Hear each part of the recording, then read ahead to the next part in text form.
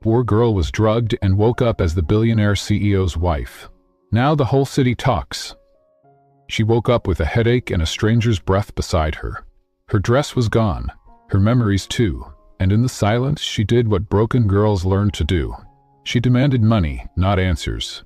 But instead of shame, he offered her a contract. 1 night a week, no touching, just sleep. He said he hadn't slept in 10 years, not until her. That's how their story began. Not with a kiss, but with silence, cold sheets, and a man who dreamed of her long before she ever knew him. The night that changed everything. There are nights that shimmer with magic, and then there are nights that steal everything. She woke up to the sound of her own heartbeat. Her head pounded, her mouth tasted of metal. The bed sheets were silk, too soft, too foreign, and the air smelled expensive. Then she turned and saw him. A man in a white shirt, sleeves rolled, tie loosened, watching her, calm, silent, like this wasn't strange for him at all. Her breath caught. "Why am I here?" "You brought yourself here," he said, voice low, unreadable. I whispered, clutching the covers. "I don't remember anything. You took advantage." "I didn't touch you," he cut in. "You were drugged, but not by me." That should have brought her relief. It didn't. Because nothing made sense. The pain in her head, the wine she barely touched, the party she never wanted to attend.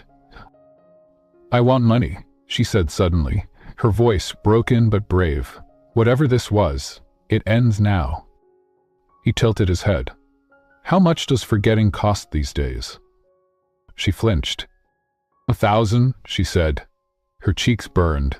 She hated herself for the number, for even naming a price. But this wasn't about dignity anymore. It was survival. Rent was due. Her little brother's school fees. Her job, gone after last night's scandal. 5, he repeated, amused. "Sleep beside me and name a number." 20? I said 5, she snapped. But then he did something strange. He stood, walked to the window, and for a long moment just stared at the skyline. "I haven't slept in 10 years, he said quietly. "Not a full night, not one." She frowned. "What does that have to do with me?" "Last night, I slept." And then he turned to her, that same cool gaze locking with hers. "So, I'm making you an offer. Not for sex, not for silence. For sleep." She blinked. "What kind of offer?" "Night a week. You sleep in my bed. Nothing else. I pay triple your old salary. You never ask questions, and you never fall in love with me." A laugh slipped from her lips, dry and bitter. "You think I'd fall in love with you?" "I think," he said, walking toward her, "that people ruin the simplest things by wanting more." She should have walked out. She should have reported him. She should have cried. But instead, she sat there, wrapped in sheets that weren't hers, in a world that had never made space for her, and whispered, "Why do I start?" That's how it began. Not with roses, not with fate, but with a contract written in exhaustion, pain, and 2 people who didn't believe in love. She left the hotel that morning in silence, her shoes in her hand, shame in her bones. She didn't know his name, only that he was powerful, dangerous, and had eyes that looked like they'd forgotten how to feel. And he, Grayson Ward, billionaire CEO of Ward Enterprises, watched her disappear into the cold morning fog and muttered to himself, 10 years. And she doesn't remember me at all. Chapter 1. The Night with No Memory. It rained that morning, the kind of Atlanta rain that blurred windows and buried sound. Jenna Cross stood beneath the awning of a coffee shop, arms wrapped tight around her chest, watching taxis slash through puddles like blades. She had no umbrella, no memory, and no idea how she got here. The card in her hand was heavy black, no name, just a silver symbol etched into it like a secret. Below it, scrawled in thick pen, "Ward Tower, 10 a.m. Don't be late, GW." She almost threw it in the street. Almost. But when you're broke, jobless, and one false accusation away from total collapse, you don't throw away second chances, even strange, unbelievable ones. By 9:58 a.m., she stood in the marble lobby of Ward Enterprises, stomach hollow, blazer still damp. The receptionist didn't blink when she gave her name, just handed her a guest badge and directed her to the 47th floor. The elevator felt like an execution. When the doors opened, he was already waiting. Grayson Ward, the man from the hotel, the stranger with insomnia, the man she might have slept beside, or worse. He wore the same calm expression, the same immaculate suit. Only his tie had changed, navy blue now, with a single silver pin at the knot. "I see you came," he said, rising from behind a desk that looked carved from obsidian. "I need the money," Jenna replied, lifting her chin. "Let's not pretend it's anything else." His lips curved, not a smile, more like a confirmation. "Send on adventure," he said. And she did, her spine straight. Every instinct screamed at her to leave, to run, but necessity was louder. "I don't sleep," he said, folding his hands.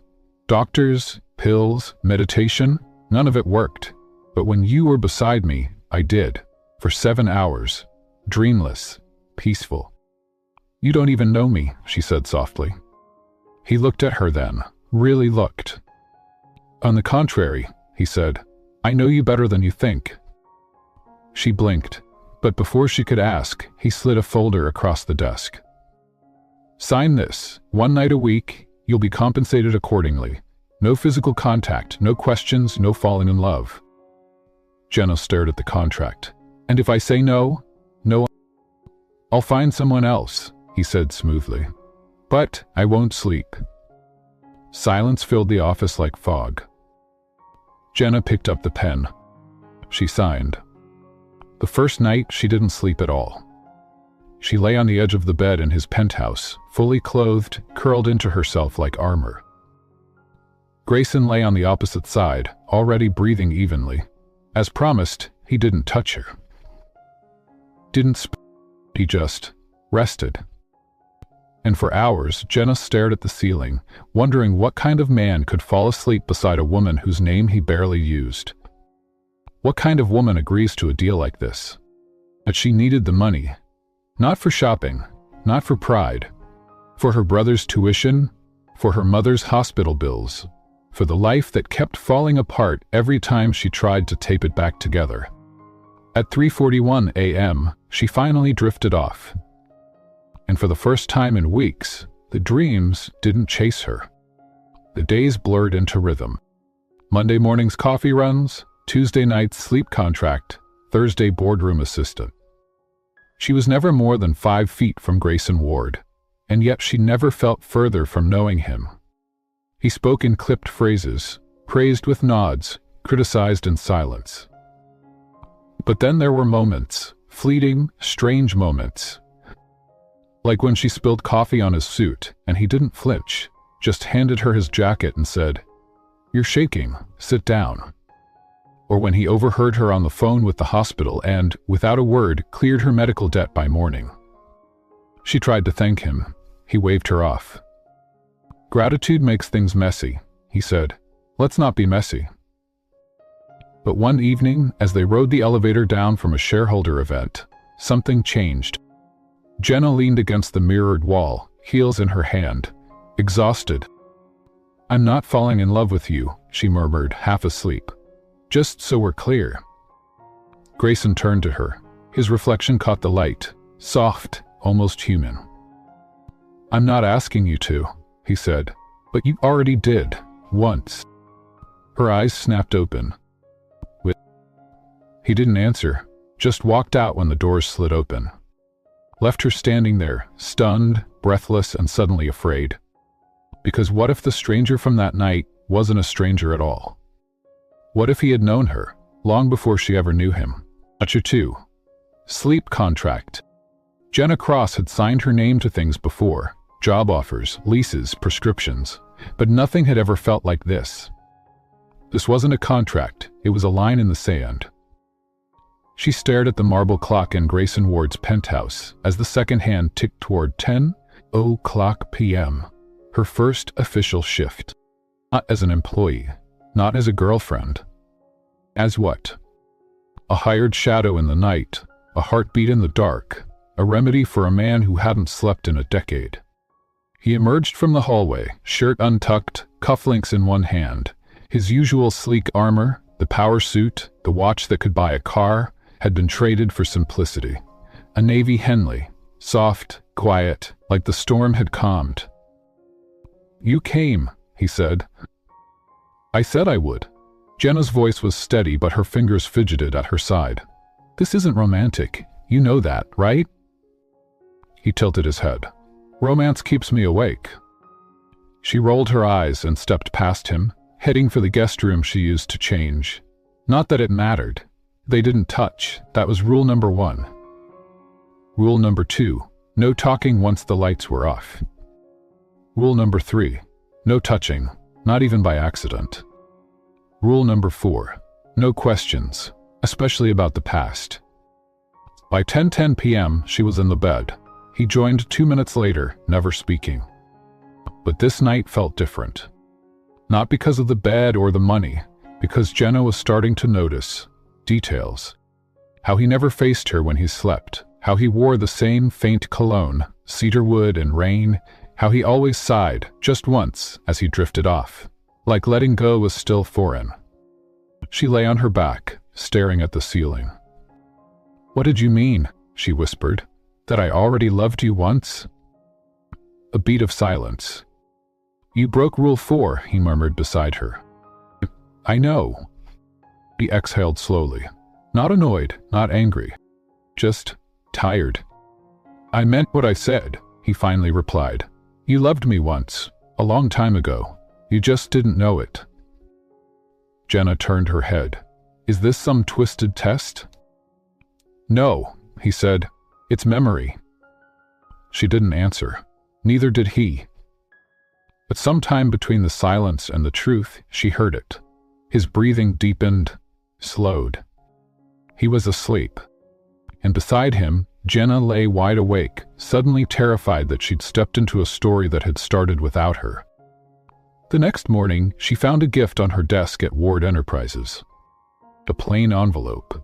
Inside, a hospital bill, paid in full. No note, no signature. Just a silver W stamped on the bottom corner. And she walked into his office without knocking.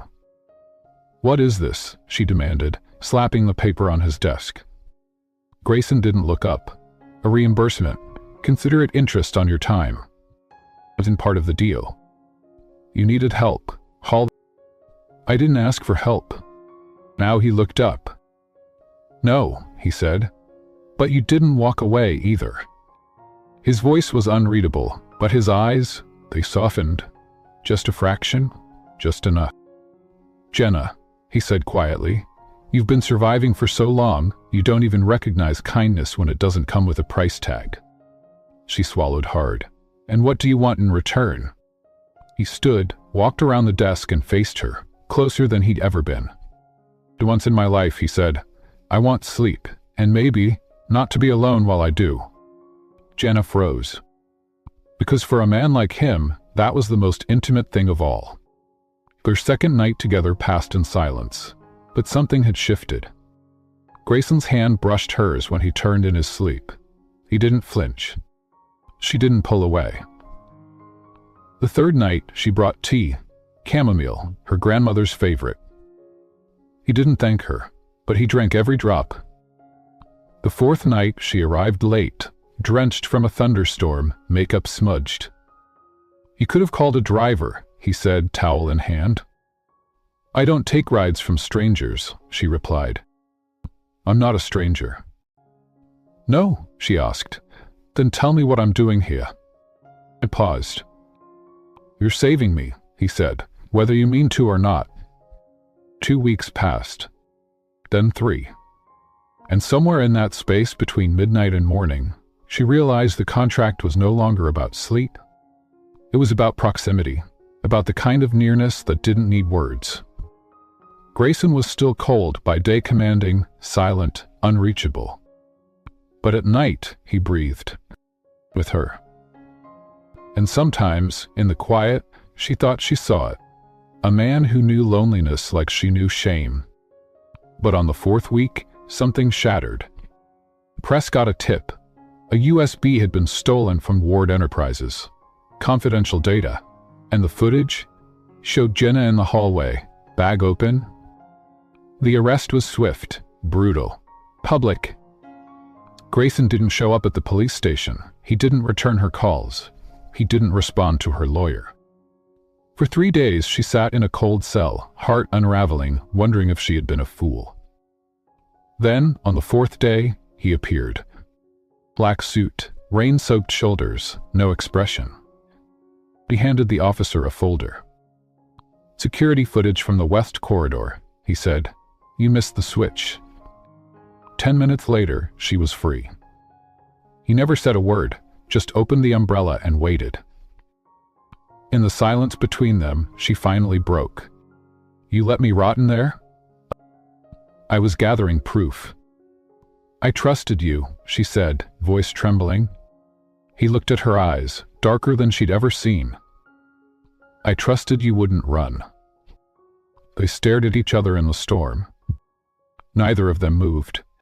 Until, quietly, he said, "You're not just saving me anymore, Jenna." A pause.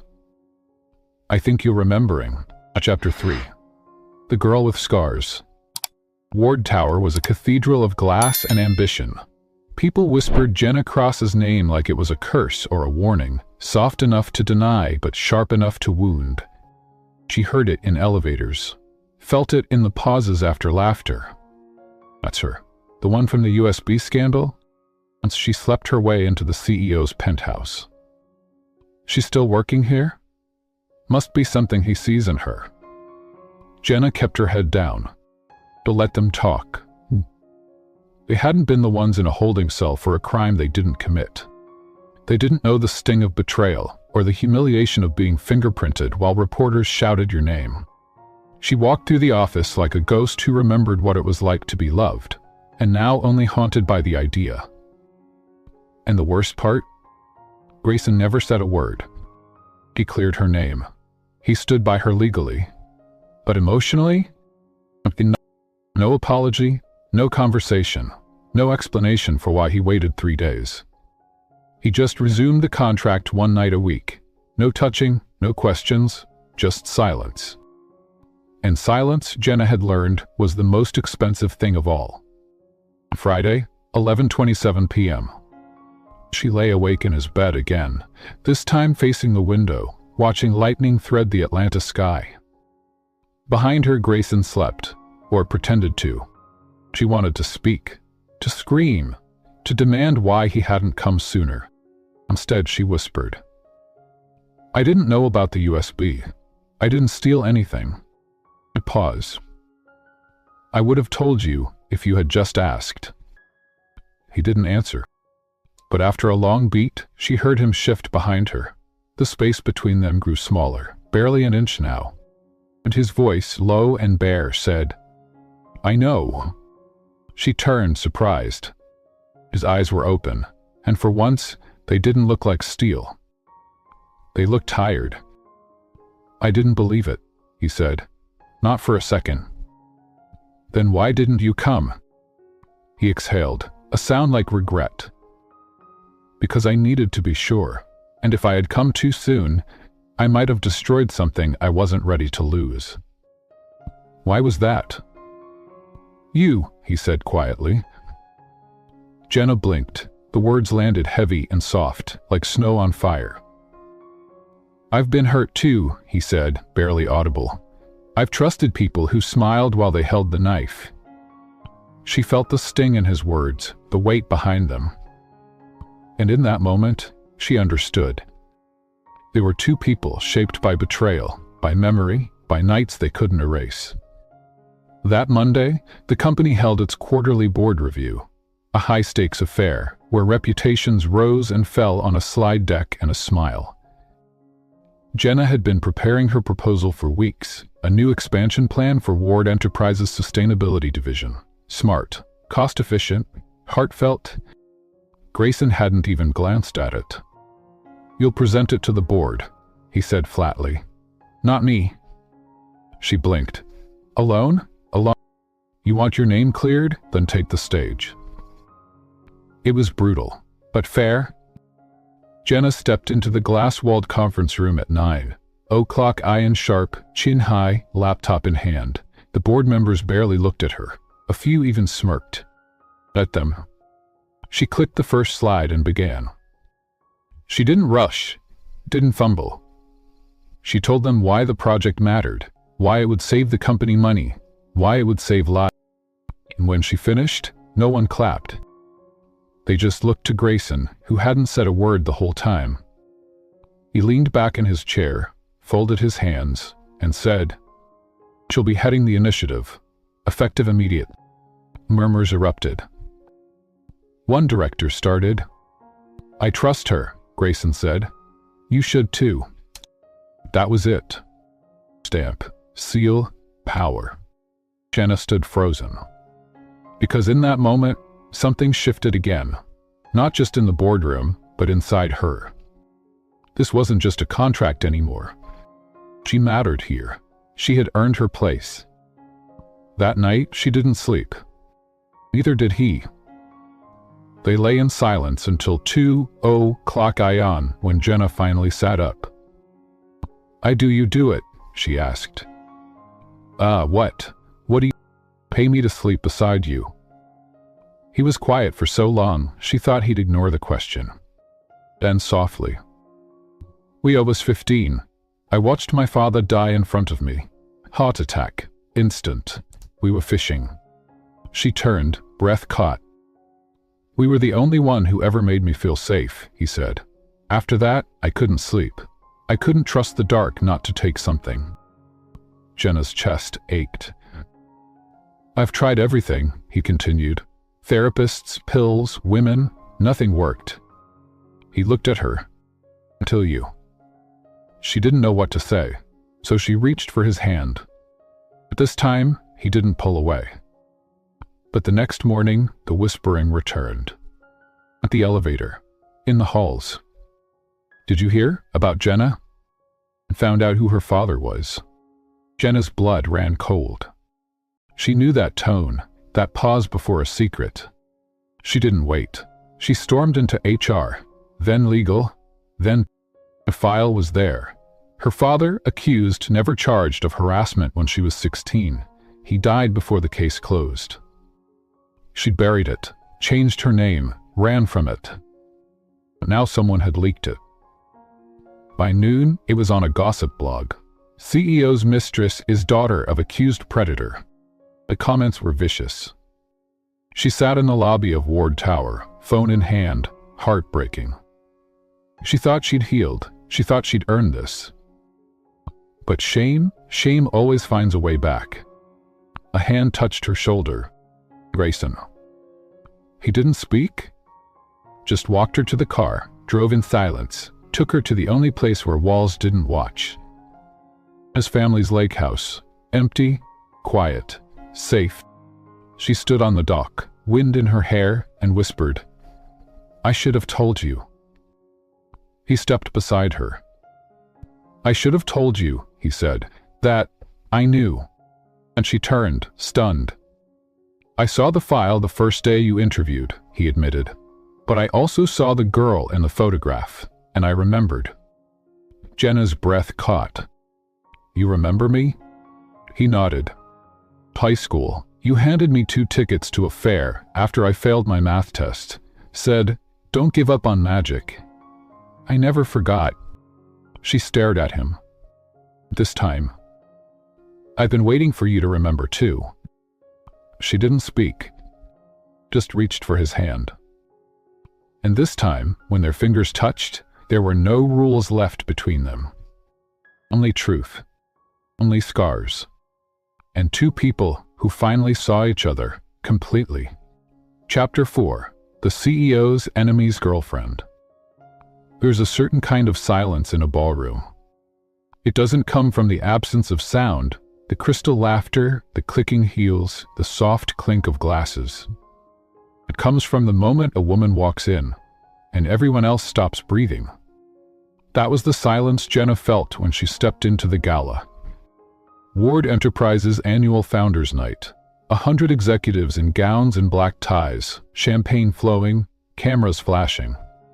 And Jenna Cross, the whispered name of scandal, walked in wearing a black satin dress borrowed from Grayson's private stylist, her hair pinned like armor. He didn't meet her at the door. Of course not. He never made things easy. She stood near the entrance, clutching her silver clutch like a lifeline, scanning the crowd. His team had insisted she attend. "Grayson wants you visible tonight," his assistant said. "He wants you to be seen, beside him." But Grayson Ward was nowhere to be found. Only the stares were constant, sharp, judgmental, dripping with curiosity. She stepped into the room anyway, because that's what you do when you've walked through worse. She found him near the stage, flanked by executives and board members, listening half-heartedly to a logistics report. When he saw her, something flickered in his expression, something unreadable but real.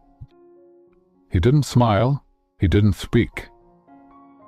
He simply held out his hand. And Jenna, proud, angry, terrified Jenna, walked across the room and took it. Whispers grew louder. But his hand, it was warm, steady. "A clothes on," he murmured. "You're 30 minutes late." His lip twitched. I needed the moment to be worth watching. For an hour, she stood beside him like shadow and flame, quiet, dignified, dangerous in her elegance. He introduced her to board members, to PR heads, even to the chairman of an international tech firm. None of them questioned her anymore, not with the way Grayson spoke her name, not with the way he never let go of her hand. But power, as always, draws enemies. And tonight, the ghosts of her past came dressed in diamonds. She saw him before he saw her. Jiang Han, tall, sharp suit, the same smirk that once made her 17-year-old heart skip. He hadn't changed, except now he walked like he owned everything, even his mistakes. And on his arm, in a red backless gown, was So Zhao. The woman Jenna remembered from press leaks and whispered warnings. Cold, brilliant, jealous. The woman who'd orchestrated the USB scandal, the one Grayson had crushed quietly but never confronted publicly. Now here she was, gliding across the ballroom like a queen unbothered by consequence. And when she reached them, her voice was honeyed venom. Gray. And Jenna Cross. What a surprise. Jenna didn't flinch. She'd faced worse.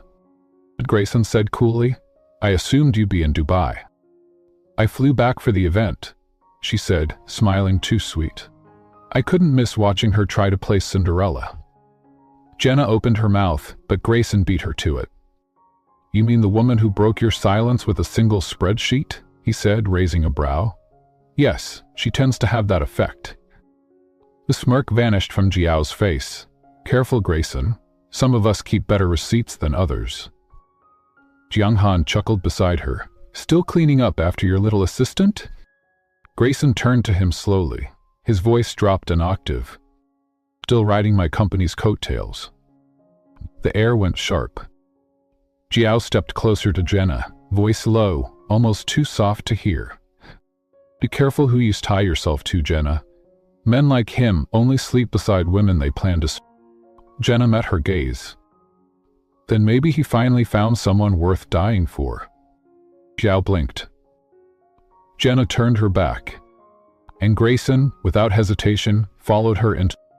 Later that night, under the amber glow of the penthouse lights, Jenna stood barefoot on the balcony, arms folded against the wind. Grayson joined her quietly, 2 glasses in hand. He offered one. She took it. "I didn't know they'd be there," he said. "I did," Jenna replied. "People like them always show up to watch the fire." He said nothing. "I knew Jiang Han would humiliate me one day. But So Jiao," she exhaled. "She doesn't want me gone, she wants me erased." Grayson studied her. "She won't get either." She turned to him. "Why me, Grayson?" He tilted his head. "I'm not graceful. I'm not rich. I'm not safe. And if the world keeps digging up my past, you'll bleed for standing beside me." He looked at her for a long time. Then he stepped closer. "Because you're the only person who never wanted anything from me but the truth," he said. "And because every time the world claws at you, you don't break. You rise." Jenna's eyes stung. "I was never trying to impress you." "I know," he whispered. "That's why you do." He set down his glass, reached into his jacket, and pulled out a photograph. She took it, heart racing. It was a candid, faded high school. She stood at a gate, laughing, arms outstretched, holding 2 amusement park tickets.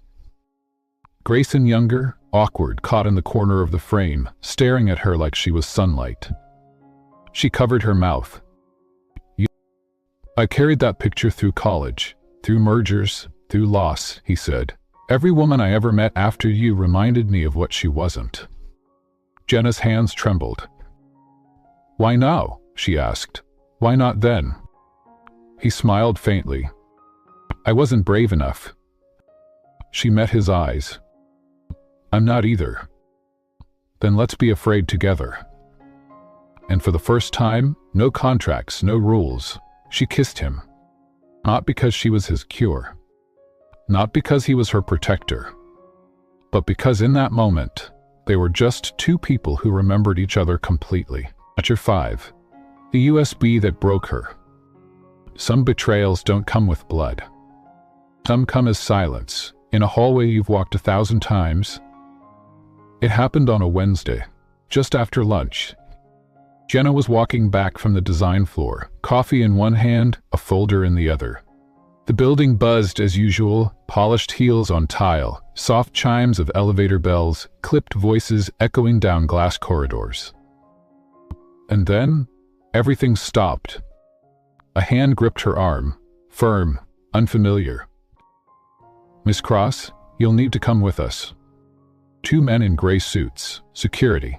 Behind them, a woman from HR, her lips pressed into a line so thin it disappeared.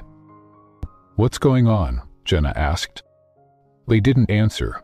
One of them held up a clear evidence bag. Inside, her USB. Only, it wasn't hers.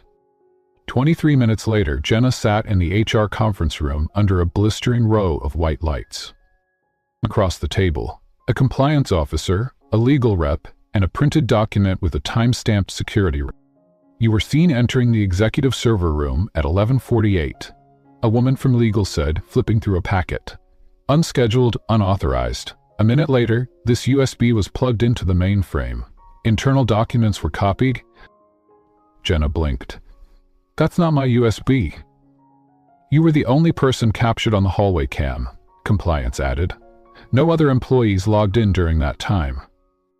Her mind raced. "Check the elevator, the break room. Someone bumped into me. My bag was open." The HR woman looked unconvinced. "You're suggesting someone planted it on you?" "I'm saying I didn't do it," Jenna said, louder now.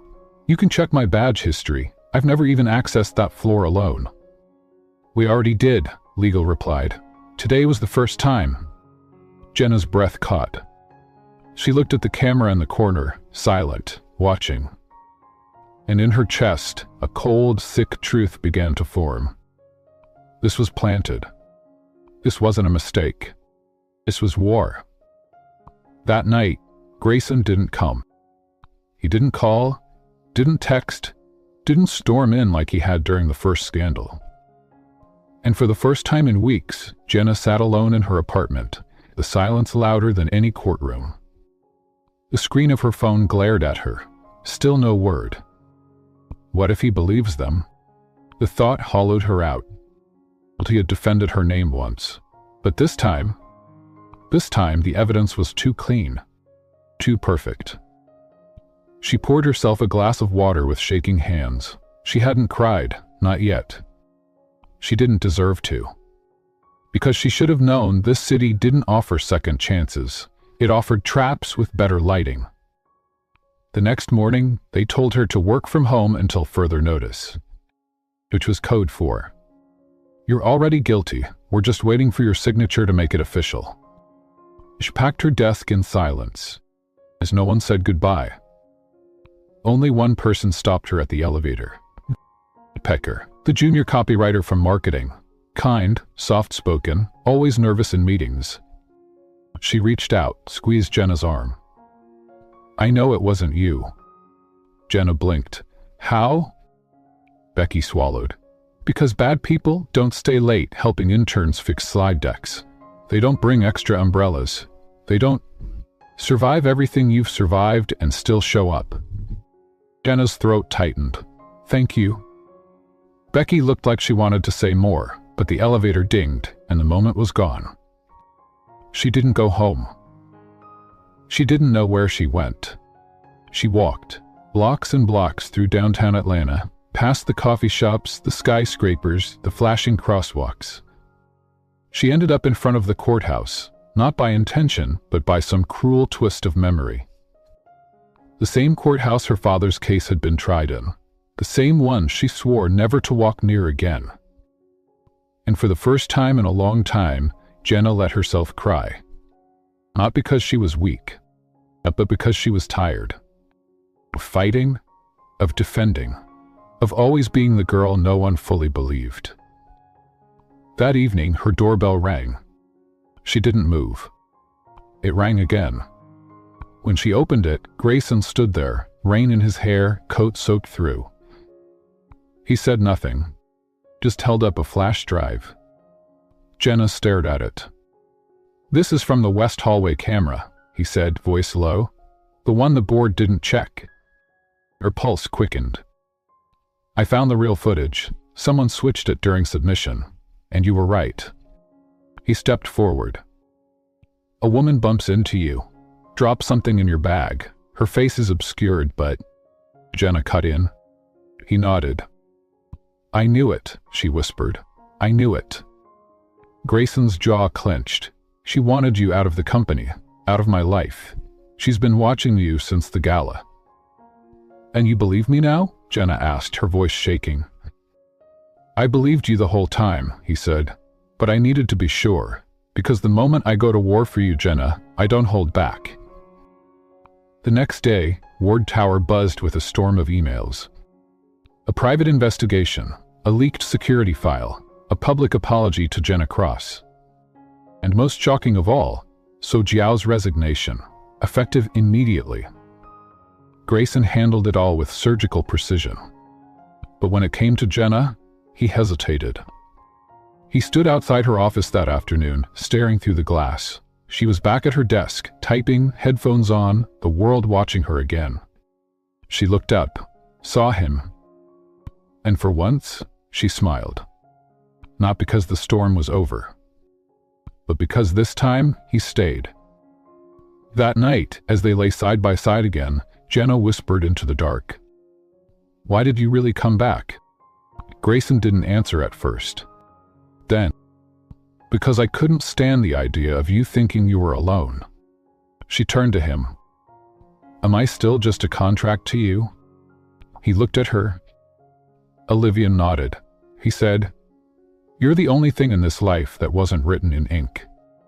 And for the first time, she reached for him, not out of duty, not for comfort, but because she chose to. Chapter 6: The Truth That Can't Be Buried. Some truths live in silence. Others live in shame. But the deepest kind, the kind that never stops hurting, lives in the space between a father's last word and a daughter's first question.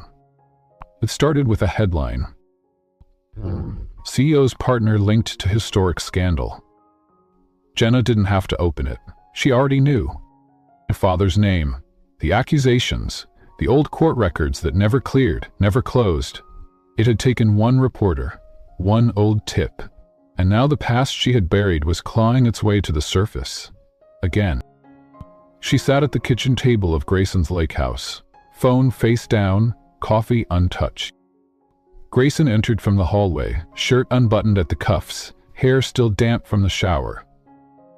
He saw her face. He didn't need to ask. "I printed it?" he said quietly. She nodded. He picked up her phone, read the first few lines, then set it down. Calm, still. But behind, "I can fix it," he said. "No," Jenna's voice cracked. "Don't. Jerome asked. Jenna. I'm tired of being someone you have to defend. His jaw tensed. You're not. You're someone I choose to stand beside. She shook her head. You don't know what they're going to say, Grayson. About me, about my family, about who I am. He stepped forward, gently cupped her face. I know exactly who you are. But she pulled away. Because even love can feel like pressure when the whole world is watching. The next day, the press frenzy exploded. News outlets hounded her outside Ward Tower. Online forums dissected her photos. She's playing the sympathy card. She seduced him. She's a scandal magnet. Like father, like daughter. Jenna stood in the elevator lobby that afternoon, eyes glazed, spine stiff. Her badge wouldn't scan. Your access is being reviewed, a young intern stammered. She didn't speak. Didn't need to. Grayson arrived 10 seconds later. No one revokes her access but me, he said coldly, and I never will. The intern turned pale, buzzed her through. They rode the elevator in silence. Then Grayson spoke, voice low, controlled. I've been quiet out of respect, but this ends now. What are you going to do? Jenna asked, barely above a whisper. He looked at her, gaze steady. Clear your father's name. That night, Grayson opened a private case file in his study, sealed for 10 years, locked under non-disclosure orders, buried by powerful names. He called in a retired judge, a forensic analyst, the woman who had once taught Jenna in high school, the one who had testified under oath with a story that never sat right. Piece by piece, the puzzle returned. The victim's original testimony described a scene involving a chair with a high wooden back. But Jenna's father had tutored students in a room with only folding metal stools, no wooden chairs, no backs. And the date of the incident? It was the same weekend he had driven Jenna to her debate championship out of state. The tournament's photos, time-stamped, geotagged, proved it. Grayson stared at the evidence. Quiet. Angry. I buried this, he muttered, because the truth was inconvenient. Jenna stood in the doorway, trembling. This won't matter to them, she said. It's too late. He's already gone. It matters to me, Grayson said, because you still carry it, and I refuse to let shame be the only thing your father leaves you. 2 days later, Grayson held a press conference. No lawyers. And no PR filters. Just him, standing beside Jenna, eyes on every camera. My name is Grayson Ward, he said. And I believe in truth, especially the kind that gets forgotten when headlines sow better than facts. He laid out the case, the dates, the files, the discrepancies. He named no accuser, no insult, just proof. Then he said Jenna's name. Not like a defense, but like a promise. She is not her father's shadow. She is her own light. And if you can't see that, then maybe your eyes have never known what real character looks like. Jenna stood beside him, silent, trembling, and seen. The next morning, someone left a bouquet outside her apartment. No note, just one line on the tag. I believe you then. I believe you now. In the days that followed, the headlines softened. Some retracted, others didn't. But something shifted, not in the news, in Jenna. She walked through Ward Tower without flinching. She took meetings. She spoke clearly. She didn't apologize anymore, because the shame wasn't hers to carry. One night, after a long day, she found Grayson on the rooftop. He stood near the railing, shirt sleeves rolled, drink in hand. She stepped beside him, said nothing. He didn't look at her.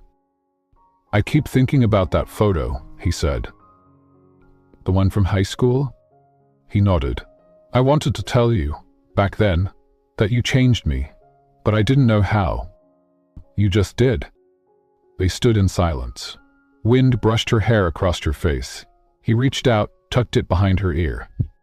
And then he whispered, I love you, Jenna. She blinked. I've loved you since you handed me those 2 tickets and said, 'Don't give up on magic.' I didn't know it then, but I do now." She swallowed hard. Like me. Because you weren't afraid to see me, and you weren't afraid to let me see you, scars and all." She stepped into his arms, pressed her forehead to his chest, and for the first time in her life, the truth didn't hurt. It healed. "The girl from my lens." There are photos that capture a moment. And then there are the ones that capture a person, the part of them the world never sees, the softness they guard like treasure. Grayson had one. He'd kept it in the back of his wallet for 10 years.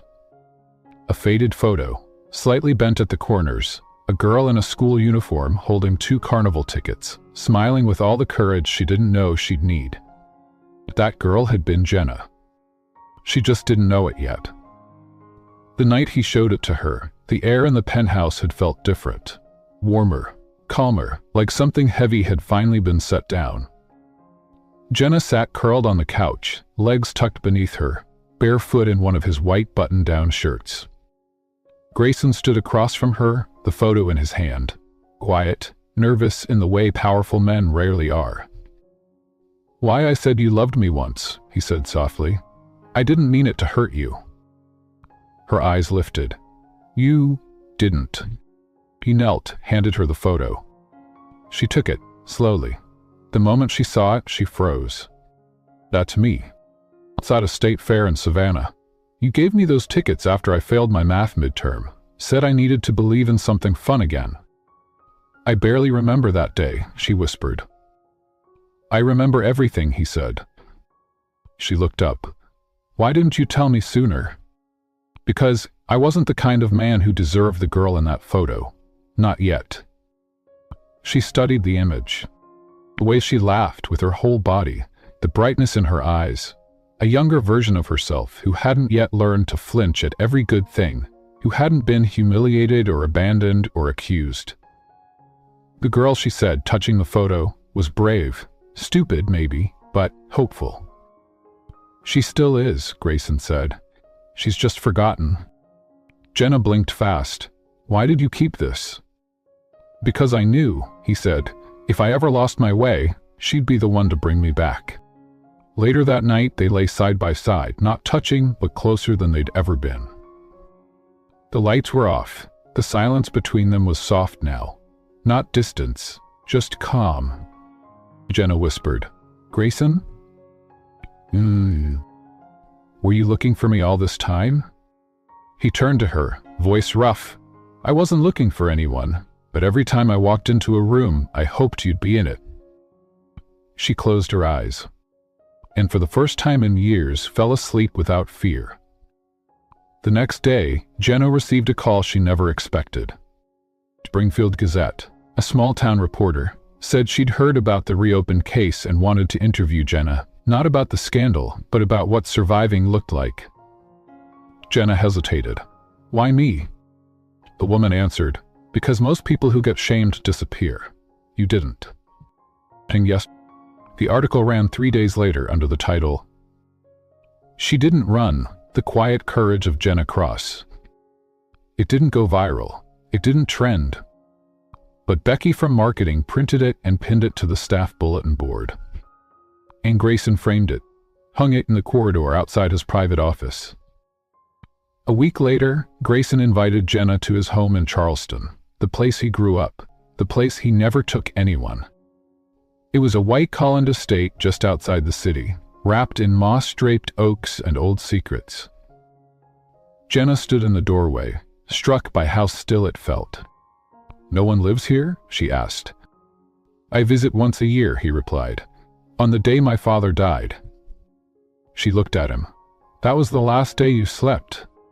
He nodded. They walked the grounds, past a dried-up fountain, a row of rocking chairs, an old work shed.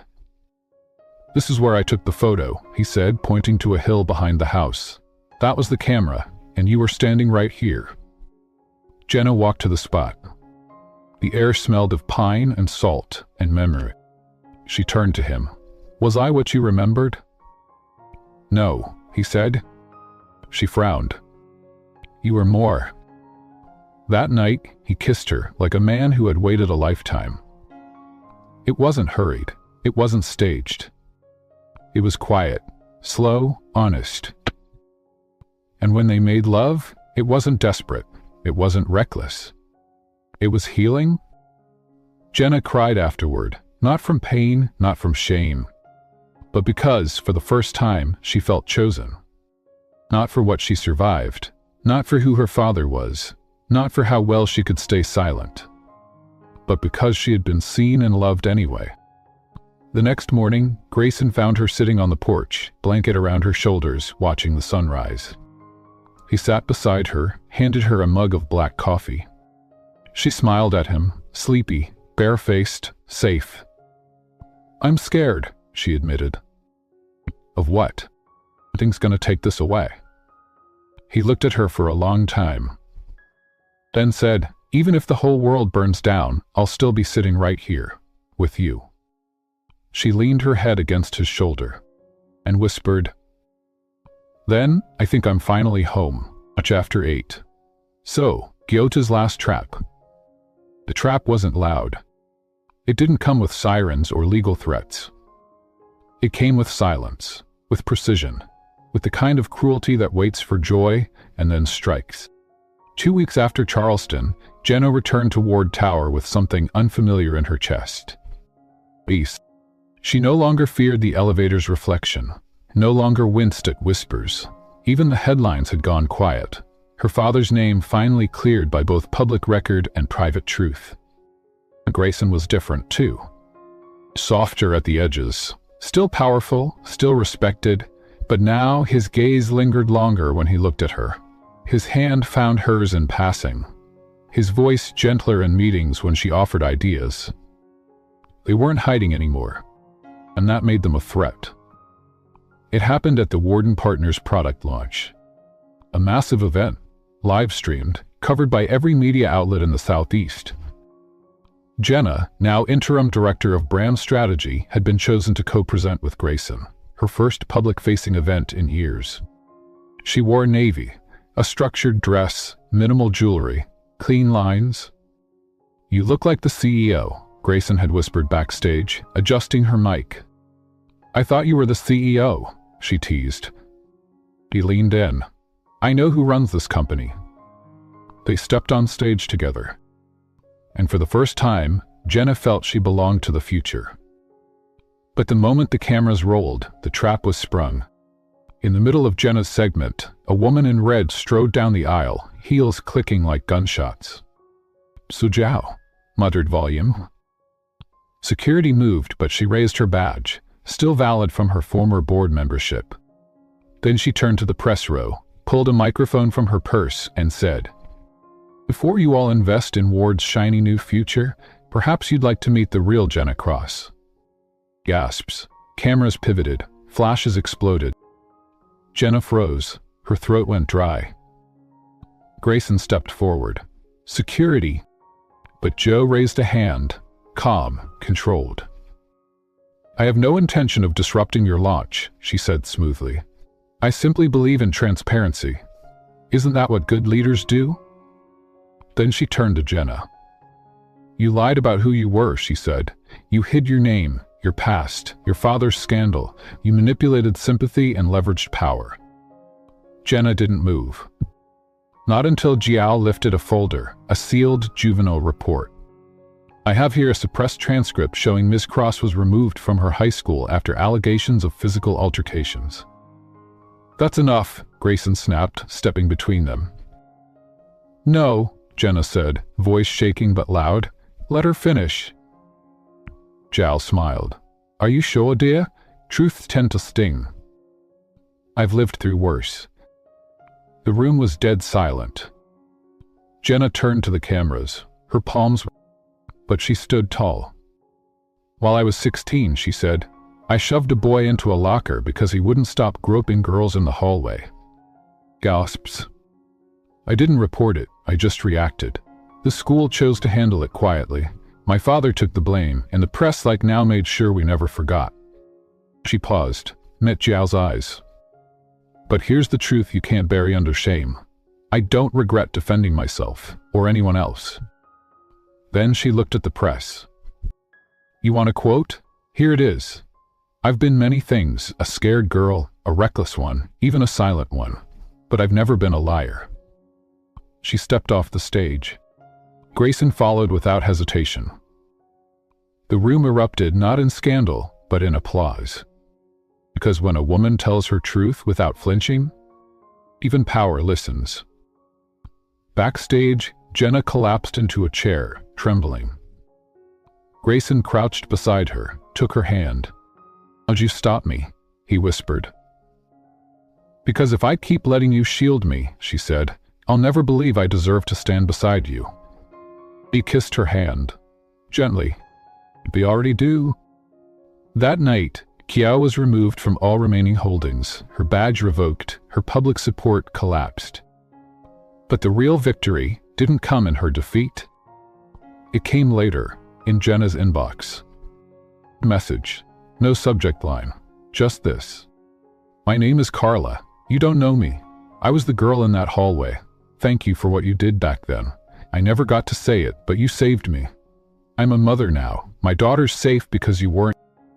Jenna stared at the screen, tears slipping silently down her cheeks. Grayson walked in, paused, saw her crying, and moved toward her instantly. She turned the laptop. He read the message, slowly, then pulled her to his chest. They stood in silence, no words.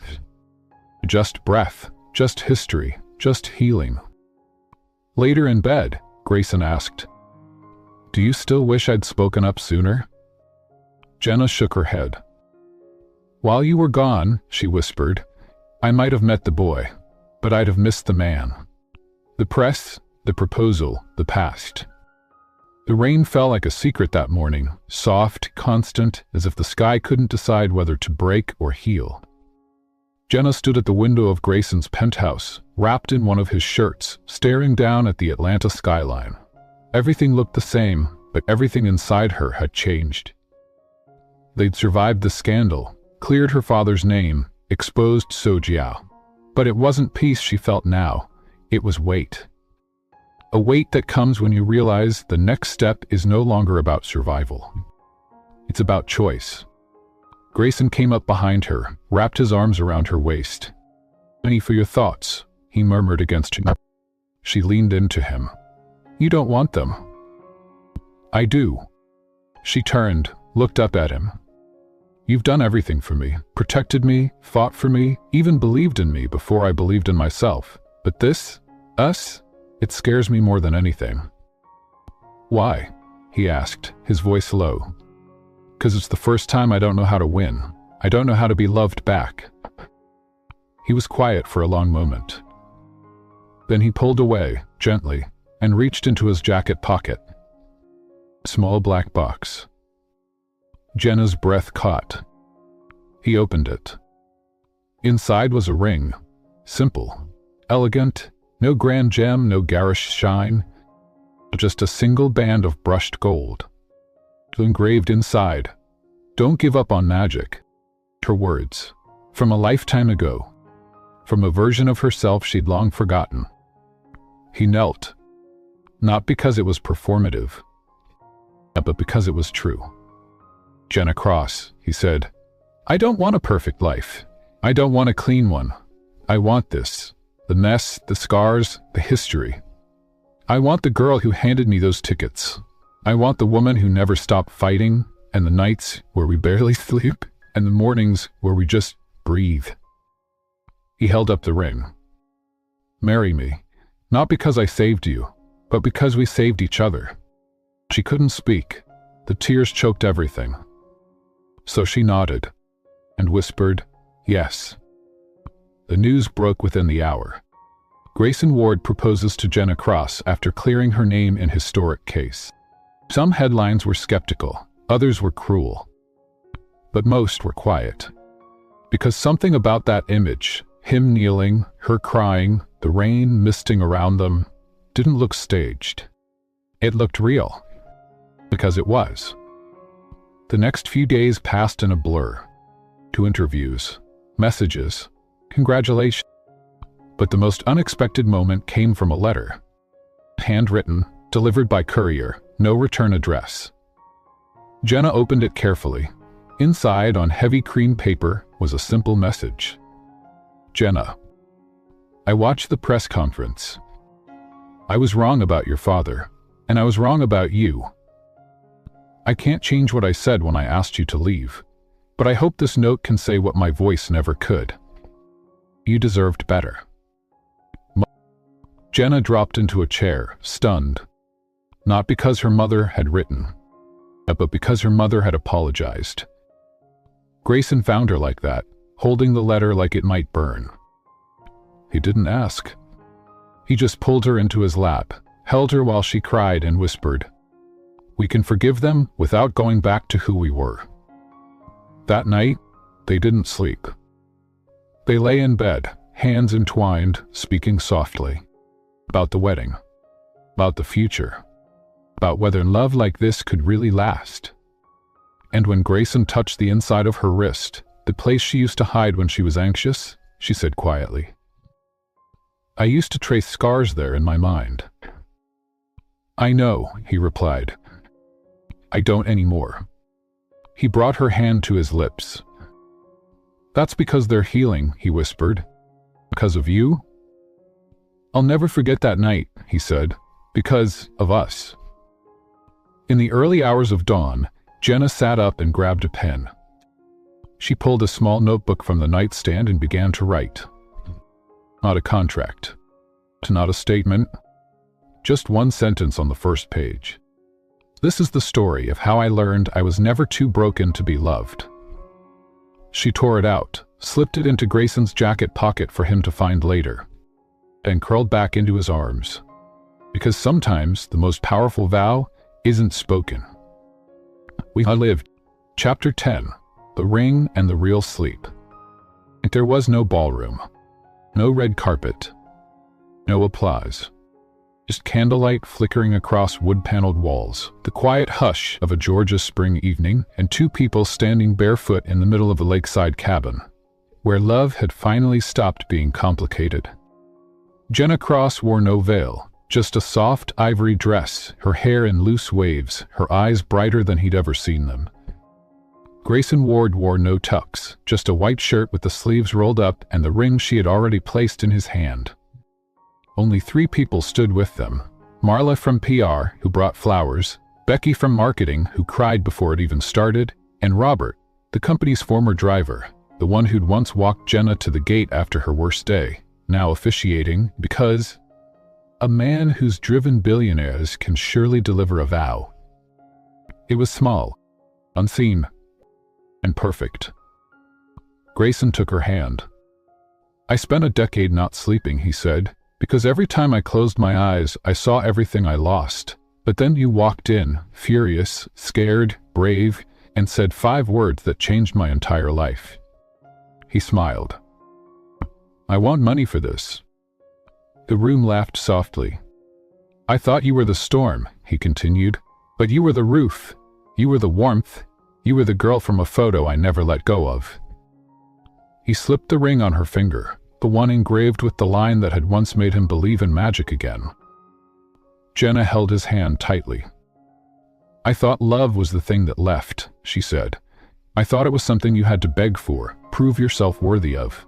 But you," her voice cracked, "you looked at me like I wasn't broken. You stood behind me when the world wanted me buried. You never once asked me to be anything but me. And you made me believe that maybe, just maybe, love doesn't always leave." She placed the second ring on his finger. Smooth, simple, real. They didn't say, "I do." They just held each other. And the silence between them, once haunted, was now sacred. That night, they danced under string lights tied to pine trees. No music. Just Jenna humming something she barely remembered from childhood, and Grayson holding her like he'd never let go again. Later they lay in bed, candles flickering in the window, rain beginning to patter gently outside. "I can't believe we're married," Jenna whispered, cheek against his chest. "I can. I didn't even wear heels." "You didn't need to," he said. You already stood taller than anyone in the room." She laughed softly. And then, for a long time, nothing. No words. Just breathe. Just warmth. And sleep. Real sleep, the kind he hadn't known since he was 15. In the morning, Jenna woke first. Grayson was still beside her, deeply asleep, his arm draped over her waist, his face softer than she'd ever seen it. She didn't move, just watched. Watch a man once built entirely of walls sleep like he belonged in the world again. Later that day, they returned to Atlanta not as CEO and assistant, not as Scandal and Shield, but as partners. Their first board meeting as husband and wife ended with Grayson sliding her a folder labeled Crossword Foundation. "We girls like you used to be," he said, "before the world tried to break." Jenna blinked. "You named it after me?" He kissed her hand. "You gave me back my name. I thought I'd honor yours." 2 years later, there's a photo framed in their kitchen. It's not from the wedding. Not from a gala or a magazine cover. It's of Jenna sitting on the floor, in leggings and a messy bun, holding a newborn girl in her arms, whispering something no one else can hear. Grayson had taken it from the hallway, quietly in awe.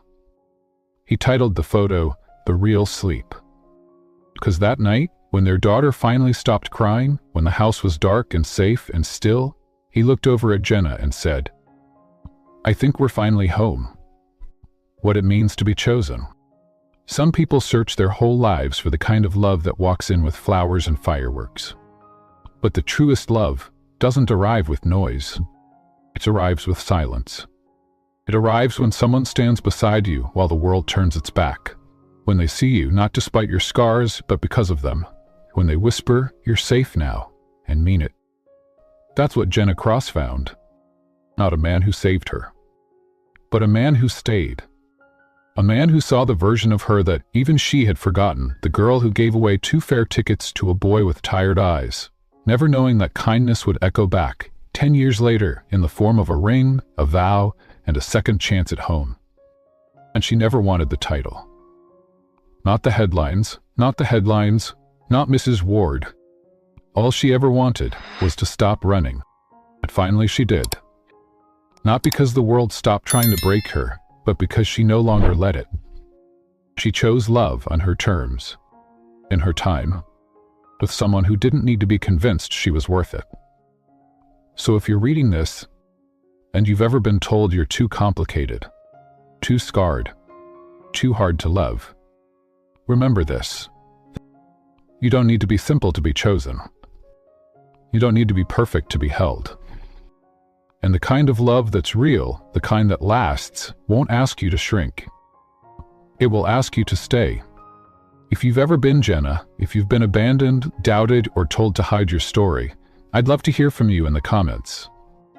Because somewhere, someone else is still in the middle of their story. And your voice might be the one that makes them believe in magic again. Thank you for watching. And remember, real love doesn't just save you. It lets you sleep.